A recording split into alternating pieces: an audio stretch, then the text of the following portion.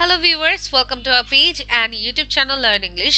So last video te আমরা এই Cambridge Practice Test 3 এর Reading Test 1 এর Passage 1 এ 1 to 4 পর্যন্ত করেছিলাম। So আজকে আমি ট্রাই করব যতটুকু সম্ভব এই ভিডিওতে কভার করার। So let's start. Okay. So we are moving to the question directly. Okay. So এখানে আমাদের question 5 6 এর requirement হচ্ছে choose the appropriate letters A to D and write them in boxes 5 and 6 on your answer sheet. So now we will try to solve the question 5 and 6. এখানে আমাদের 5 and 6 টা কিন্তু MCQ based. So MCQ এর মতোই আমরা আগে options গুলো দেখে নিব এবং আমাদের যে কাজটা থাকবে এই অপশনস গুলো থেকে কিছু কিওয়ার্ড আমরা নিব যাতে আমরা যখন আমরা কোয়েশ্চেনের আনসারটা ফাইন্ড আউট করব আমরা যেন ইজিলি সেটা খুঁজে বের করতে পারি। সো এখানে কোয়েশ্চেনটা হচ্ছে the greatest outcome of the Discovery of the reaction principal was that. So দেখেন এখানে আমাকে জানতে চেয়েছে যে রিঅ্যাকশন প্রিন্সিপালের আবিষ্কারের যে সবচেয়ে ভালো ফলাফল সেটা কি ছিল। সো এখানে একটা জিনিস আমাদের সুবিধা, আমাদের যখন প্যাসেজগুলো প্যারা আকারে ডিভাইড করা থাকে A B C D E, প্রত্যেকটা প্যারারই একটা নির্দিষ্ট মিনিং বা সিমিলারিটিস বোঝা যায়, ওখানে কিন্তু এক্সট্রা কোনো অন্য ইনফরমেশন থাকে না। যেমন দেখেন আমরা যদি প্যারাগ্রাফ বিটাই মনে করি, এখানে কিন্তু আমরা যখন কোয়েশ্চেন 1 to 4 সলভ করেছিলাম প্যারাগ্রাফ বি তে কি মিনিংটা প্রকাশ পেয়েছিল, যে প্যারাগ্রাফ বিতে শুধু কি লেখা ছিল, প্যারাগ্রাফ বিতে শুধু লেখা ছিল রকেটের ওই সময়ের অবস্থা যখন রকেট খুবই আনডেভেলপ ছিল, মানে অমন একটা প্রায়োরিটি পেত না ওই সময়ের কথা। তার মানে এখানে কি discovery of the reaction principle, তাহলে কি রিঅ্যাকশন প্রিন্সিপালের ডিসকভারি আর আনডেভেলপ ফর সেঞ্চুরিজ, এখান থেকে আমি আমার আনসারটা কি পেতে পারি। এটা আপনাকে একটু টেকনিক্যালি মাথা খাটাতে হবে যাতে আপনি আপনার টাইমটা সেভ করতে পারেন। ওকে, সো আমি সবার আগে প্যারাগ্রাফ বি থেকেই খুঁজবো যে আমার এই যে গ্রেটেস্ট আউটকামটা কি ছিল সেটা হতে পারে। কারণ দেখেন সিতে কিন্তু অন্য টপিক লেখা, ডিতে অন্য টপিক লেখা, ইতে অন্য টপিক লেখা, বাট বিতে কিন্তু আবিষ্কারক সময়ের মানে যে সময়কাল এবং ওই সময়ে মানে মানুষ যে কল্পনাও করতে পারতো না রকেট কি করতে পারে সেটা কিন্তু ওখান থেকে আমরা পেতে পারি।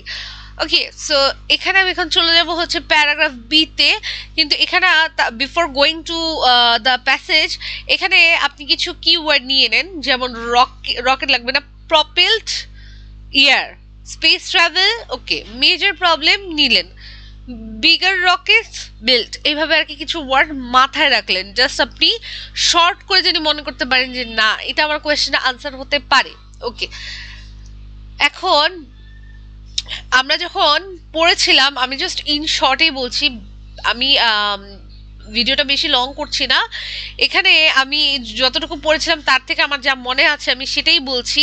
এখানে আমরা পড়েছিলাম যে লাস্টে একটা কথা লেখা ছিল প্যারাগ্রাফ বিতে, the reason is that nobody associated the reaction principle with the idea of traveling through space to a neighboring world।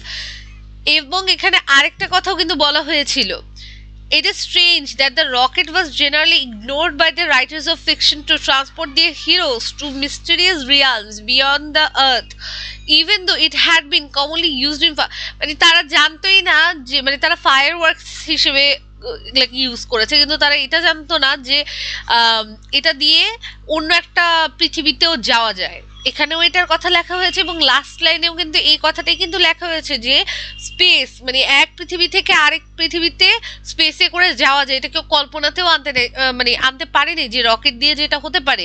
এবং এখানে কিন্তু রকেটের সাথে রিঅ্যাকশন প্রিন্সিপালের কথাই কিন্তু কি বেশি লেখা হয়েছে, যে রিঅ্যাকশন প্রিন্সিপালের যে আইডিয়াটা, যে ডিসকভারিটা, যে ইনভেনশনটা, যে মানুষকে এক পৃথিবী থেকে আরেক পৃথিবীতে নিয়ে যেতে পারে। তো দেখেন এখানে কিন্তু আমি আমার আনসারটা অলরেডি পেয়ে গেছি। তো আপনারা যখন প্যারাগ্রাফটা পড়বেন, প্যাসেজগুলো যদি এরকম A B C D E আকারে দেওয়া থাকে আপনার জন্য তখন সবচেয়ে বেশি easy to find out the exact answer. Okay, so এখানে আমাদের আনসারটা হবে space travel became a reality, যে ওখানে কিন্তু কি স্পেস ট্রাভেলের কথা লেখা ছিল, এখানেও কি স্পেস ট্রাভেলের অপশনটা আছে। সো এটা আমার আনসার হতে পারে যে রিঅ্যাকশন প্রিন্সিপালের যে ডিসকভারিটার সবচেয়ে ভালো আউটকাম এটাই যে স্পেস ট্রাভেল একটা রিয়ালিটি হয়ে গেছে, কারণ তখন তারা এটা চিন্তাতেও আনতে পারেনি যে এইটার মাধ্যমে মানুষ কি অন্য পৃথিবীতে যেতে পারে। ওকে, এটা ছিল আমার কোয়েশ্চেন 5 এর answer. Now we are moving to the question number 6। এখানে বলেছে according to the text the greatest progress in rocket technology was made. আচ্ছা, তার মানে আমাদের যে রকেট টেকনোলজি সবচেয়ে ভালো সময়কালটা কোন মানে কোন সেঞ্চুরিতে বেশি হয়েছিল, বা কোন সেঞ্চুরিতে বা কোন শতাব্দী বা কোন সময়তে আমাদের রকেট টেকনোলজির যে কাজ, মানে রকেট টেকনোলজির উপর যে কাজটা কোন সময় সবচেয়ে ভালোভাবে চলেছিল সেটাই আমাদেরকে ফাইন্ড আউট করতে বলেছেন। সো এখন আমরা খুঁজে বের করব যে আমাদের কোন সেঞ্চুরিতে এই রকেট টেকনোলজির প্রোগ্রেসটা ভালোভাবে চলেছিল। সো আমি এমন একটা প্যারাতে ফোকাস করব যেখানে সেঞ্চুরির কথা বারবার করে উল্লেখ করা আছে, এবং সেঞ্চুরিতেই হচ্ছে আমার কিওয়ার্ড। ওকে, সো এখানে দেখেন অলরেডি ফার্স্ট, এখানে প্যারাগ্রাফ ইতে আপনার ফার্স্ট সেন্টেন্সে 18th সেঞ্চুরির কথা লেখা আছে, বাট এখানে কি লেখা আছে সেটা একটু পড়ে নিই। এখানে লেখা আছে it was not until the 18th century that Europe became seriously interested in the possibilities of using the rocket itself as a weapon of war। মানে এমন একটা, মানে 1800 শতাব্দীটা কেমন ছিল যখন কিনা রকেটটাকে যুদ্ধের অস্ত্র হিসেবে ব্যবহার করা হতো। তো এখানে দেখেন আমি অলরেডি মাইনাসিং এ চলে যাব, যে যে অপশনগুলো আমার লাগছে না ওটাকে আমি মাইনাস করবো যাতে আমার আনসার ফাইন্ড আউট করতে ইজি হয়। দেখেন 10 to 13 আসবেই না, কারণ 1800 শতাব্দীতে যদি এই অবস্থা থাকে তাহলে 10 আর 1300 শতাব্দীতে তো কি বলে, মানে এটার প্রোগ্রেসের কথা চিন্তাও কেউ আনতে পারবে না। So definitely A is not the answer, B হবে না। দেখেন 19 থাকলেও কিন্তু হচ্ছে না, কারণ 17 থেকে বলেছে কি ফ্রম 17, মানে 17শো শতাব্দী থেকে 19বিংশ শতাব্দী পর্যন্ত। তার মানে 17 তো আসছে না, কারণ 18তে কি হয়েছিল, 18তে রকেটকে অ্যাজ আ ওয়েপন, হ্যাঁ, যে যুদ্ধের অস্ত্র হিসেবেই ব্যবহার করা হতো। সো এটা আমার আসছে না।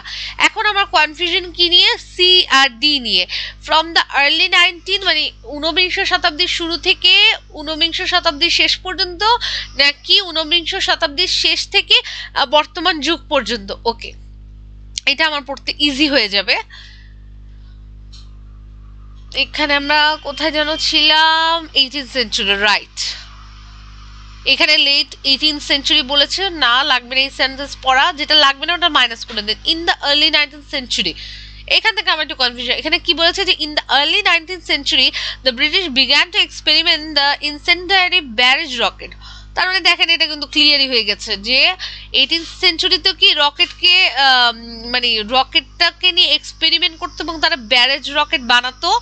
The British rocket deferred from the Indian version in that it was completely encased in a stout iron cylinder terminating in a conical head measuring, আচ্ছা এতটুকু বাদ দিই। The Americans developed a rocket complete with its own launcher to use against the Mexicans in the mid-19th century. A long cylindrical tube was propped by two, আচ্ছা এখানে আবার details লেখা হয়েছে, details দিয়ে আসলে আপনার মানে ডিটেলস বলে আপনার টাইমটা নষ্ট হবে। সো যেটা লাগবে না সেটা মাইনাস করে দিয়ে, সেটা পড়া লাগবে না। এখানে আমার মেইন কাজ হচ্ছে প্রোগ্রেস বের করব। সো দেখেন এখানে আর্লি 19তে বোঝাই যাচ্ছে যে তারা এখনো কি প্রোগ্রেসিং এর দিকে আগায় নেই। মিড 19th সেঞ্চুরিতেও কি যে তারা এটা আমেরিকানরা কি করেছিল, মেক্সিকানদের আগেনস্টে ওইটাই ওয়েপন হিসেবে ইউজ করেছিল। সো এটাও আমার লাগছে না। ওকে, আমি নেক্সট প্যারাতে একটু চলে যাই। সিন্স দেন, তার মানে আমার আনসারটা কিন্তু ইতে আমি পাইনি, রাইট। ইতে আমি জাস্ট কি পেয়েছি যে আমি কোন কোন অপশনগুলোকে মাইনাস করতে পারি, কারণ 18th century, early 19th, mid 19th এগুলোতে কোনো অবস্থার উন্নতি হয়নি। আচ্ছা, সিন্স দেন তার মানে কি, সিন্স দেন মানে কোন সময়টা বোঝাচ্ছে, একটু একটু পড়ে নিই। আচ্ছা, এখানে বলা হয়েছিল দ্য আমেরিকানস ডেভেলপ, তার মানে মিড 19th সেঞ্চুরি পর্যন্ত। ওকে, আচ্ছা তার মানে মিড, দেখেন সিম্পল, এখানে কিন্তু আপনার লেট 19th এর কথা কিন্তু কোথাও বলে নাই, কিন্তু দেখেন আপনি জাস্ট একটু কমন সেন্স কাজে লাগান। মিড 19th পর্যন্ত, মানে 19বিংশ শতাব্দীর মাঝখান পর্যন্ত তারা মেক্সিকানের এগেনস্টে আমেরিকানরা রকেটটাকে একটা যুদ্ধের অস্ত্র হিসেবে ব্যবহার করেছে। এবং সেখানে বলা হচ্ছে সিন্স দেন, মানে তারপর থেকে there have been huge development in rocket technology. তার মানে কি, যেহেতু আমার ঊনবিংশ শতাব্দীর মাঝ পর্যন্ত এই অবস্থা ছিল, তার মানে শেষের দিকে, ঊনবিংশ শতাব্দীর শেষের দিকে হচ্ছে আমার এই যে রকেটের যে ডেভেলপমেন্ট সেটা স্টার্ট হয়েছিল। সো আমি এটা বলতে পারি যে দেখেন এখানে একটা বলা হয়েছে যে নেভারদারলেস মডার্ন ডে স্পেস প্রোগ্রামস ও দিয়ে সাকসেস। আচ্ছা, সো দেখেন আর্লি 19 টু লেট 19 হবেই না। এখানে আপনার মধ্যে একটা কনফিউশন থাকতে পারে যে লেট 19 এর কথা তো 19 এর কথা তো এই সি অপশনে আছে, বাট এটা হবে না। কারণ কি দেখেন ফ্রম দ্য আর্লি ঊনবিংশ শতাব্দীর শুরু থেকে বিংশ শতাব্দীর শেষ পর্যন্ত, বাট একটা তো রং, যেটা আর্লি 19 ওই সময় তো রকেট প্রোগ্রেস তো হয়নি। তার মানে আমি কোনটা দিব? From the late 19th century to present day. Clear? Okay, নেক্সটে যাচ্ছি। এখানে 7 to 10 কি বলেছে? Fill in the gaps fill করতে হবে কিভাবে? এই যে এখান থেকে যে ফার্স্ট ইনভেনশন মানে কে কোনটা ইনভেন্ট করেছিল সেটা আমাকে খুঁজে বের করতে হবে। সো শুরু করি। এখানে দেখেন ব্ল্যাক পাউডার, আমার এটা হচ্ছে one of the most easiest জিনিস, কারণ এখানে আপনার অলরেডি দেখেন ব্ল্যাক পাউডার কোন কোন জিনিস বের করতে হবে, জাস্ট কিওয়ার্ড দিয়ে ফাইন্ড আউট করলে আপনার চলে আসবে যে ফার্স্ট ইনভেনশন কে কোনটা করেছিল। So black powder, I will try to find out the black powder from the passage. এখানে ওকে, এতে তো নাই, বিতে বিতে বিতে বিতেও নাই, দাঁড়ান একটা মিনিট, সিতেও নেই, দেখেন ডিতে, right, black powder, here we got. এবং the invention of rockets is linked inextricably with the invention of black powder. Most historians of technology credit the Chinese, তার মানে এটা চাইনিজের ডিসকভারি ছিল। That's easy. ওকে, চাইনিজ, এটা হয়ে গেল একটা। নেক্সট হচ্ছে কি বলেছে? Rocket propelled arrows for fighting. Okay, so এটা বলেছে rocket propelled arrows for fighting. So এখানে প্রপেলড অ্যারোস ফাইটিং এই কথাটা আমি নিলাম।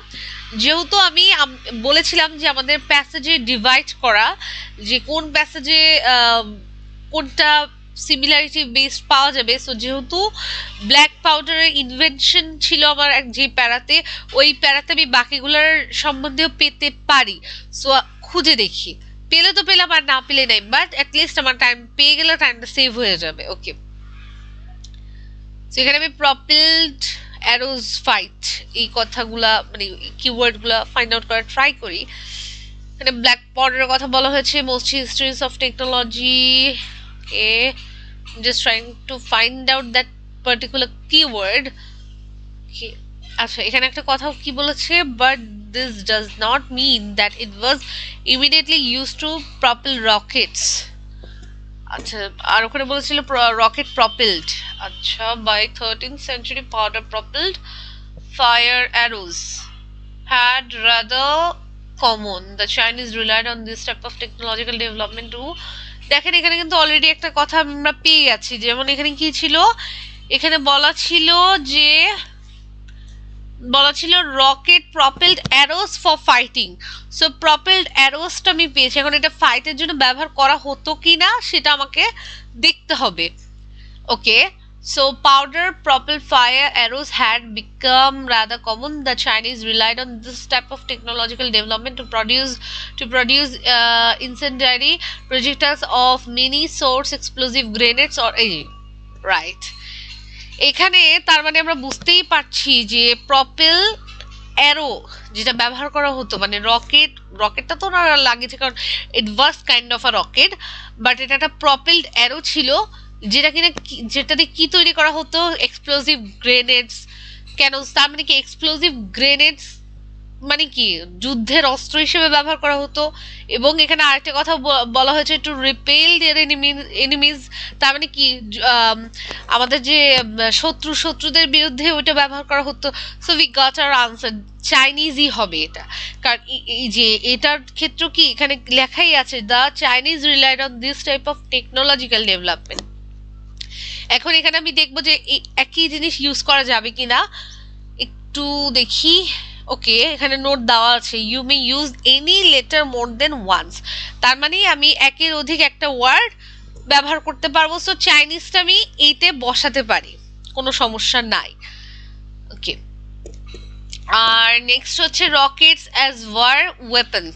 রকেটস অ্যাজ ওয়ার ওয়েপন্স, তার মানে এটা তো আমরা অলরেডি পেয়ে গেছিলাম, রাইট? এটা কিন্তু আছে। এখানে ব্রিটিশের কথা মেবি লেখা ছিল খুব সম্ভবত, ব্রিটিশ নাকি India, sorry maybe I am mixing, wait a minute, এখানেই আছে। Europe became seriously interested in possibilities to use the rocket as a weapon of war. আচ্ছা, the incentive for the more aggressive use of rockets came not from within the Europe continent but from far away India. আচ্ছা দেখেন, তাহলে কিন্তু আমরা পেয়ে গেছি। দেখেন এখানে আমাদের কিওয়ার্ডটা কি ছিল, বলেছে কি যে রকেটস অ্যাজ ওয়ার ওয়েপন্স, মানে যুদ্ধের অস্ত্র হিসেবে ব্যবহার করা হতো। এবং এখানে একটা কথা ডিরেক্টলি ফার্স্ট লাইন পড়ার পর মনে হতে পারে এটা ইউরোপিয়ান, বাট ইউরোপিয়ান কিন্তু হচ্ছে না। কারণ কি ইউরোপিয়ান হচ্ছে না? এই কারণে, কারণ এখানে আমার লেখাই আছে ডিরেক্টলি যে came not from within the European continent but from far away India. European continent থেকে বা ইউরোপীয় মহাদেশ থেকে অনেক দূরে অবস্থিত ইন্ডিয়াতে, যারা কিনা রকেটকে যুদ্ধের অস্ত্র বা ওয়েপন হিসেবে ইউজ করা স্টার্ট করেছিল। So my answer will be maybe Indians, right, the Indians. তারপর হচ্ছে দ্য রকেট লঞ্চার। ওকে, দেখেন এখানে আমাদের যে রকেট লঞ্চারের কথা বলা হয়েছে এটা কিন্তু আমরা অলরেডি একটা প্যারাতে পড়ে এসেছিলাম আরেকটা আনসার ফাইন্ড আউট করার সময়। এখানে যখন আমরা ওই যে সেঞ্চুরি নিয়ে পড়তেছিলাম তখনই কিন্তু যে দেখেন, the Americans developed a rocket complete with its own launcher to use against the Mexicans. We got our answer. Just আপনাকে একটু মনে রাখতে হবে, একটু টেকনিক্যালি বুঝতে হবে, দেন ফাইন্ড আউট করতে হবে। কিছু কিছু ক্ষেত্রে হ্যাঁ, যেমন ট্রু ফলস নট গিভেন, এটার ক্ষেত্রে আপনাকে পড়তে হয়। তারপর কিছু স্টেটমেন্ট থাকে, ওই ক্ষেত্রে পড়তে হয়। আবার অনেক সময় প্যাসেজটা প্যারা আকারে এরকম ABCDE দিয়ে ডিভাইড করা থাকে না, তখন এই ক্ষেত্রে একটু বেশি পড়া লাগতে পারে। বাট আপনি যদি এক একটার জন্য এক এক টেকনিক্স জানেন, আপনি ইজিলি এটা আপনার অল্প কিছু মানে 10 থেকে 12 মিনিটের মধ্যে এটা হাইয়েস্ট সলভ করতে পারবেন। বা আরো যদি আপনি খুব মানে প্র্যাকটিস করেন তাহলে এটা আপনার জন্য 10 মিনিটস হচ্ছে সর্বোচ্চ টাইম, এর থেকে কম সময়ে এটা আপনি ফিল আপ করতে পারবেন। সো আই হোপ এই ভিডিও আপনাদের ইনফরমেটিভ লেগেছে এবং আপনারা শিখেছেন, এবং যদি ভালো লেগে থাকে লাইক কমেন্ট শেয়ার দিয়ে আমার পাশে থাকবেন। ধন্যবাদ সবাই।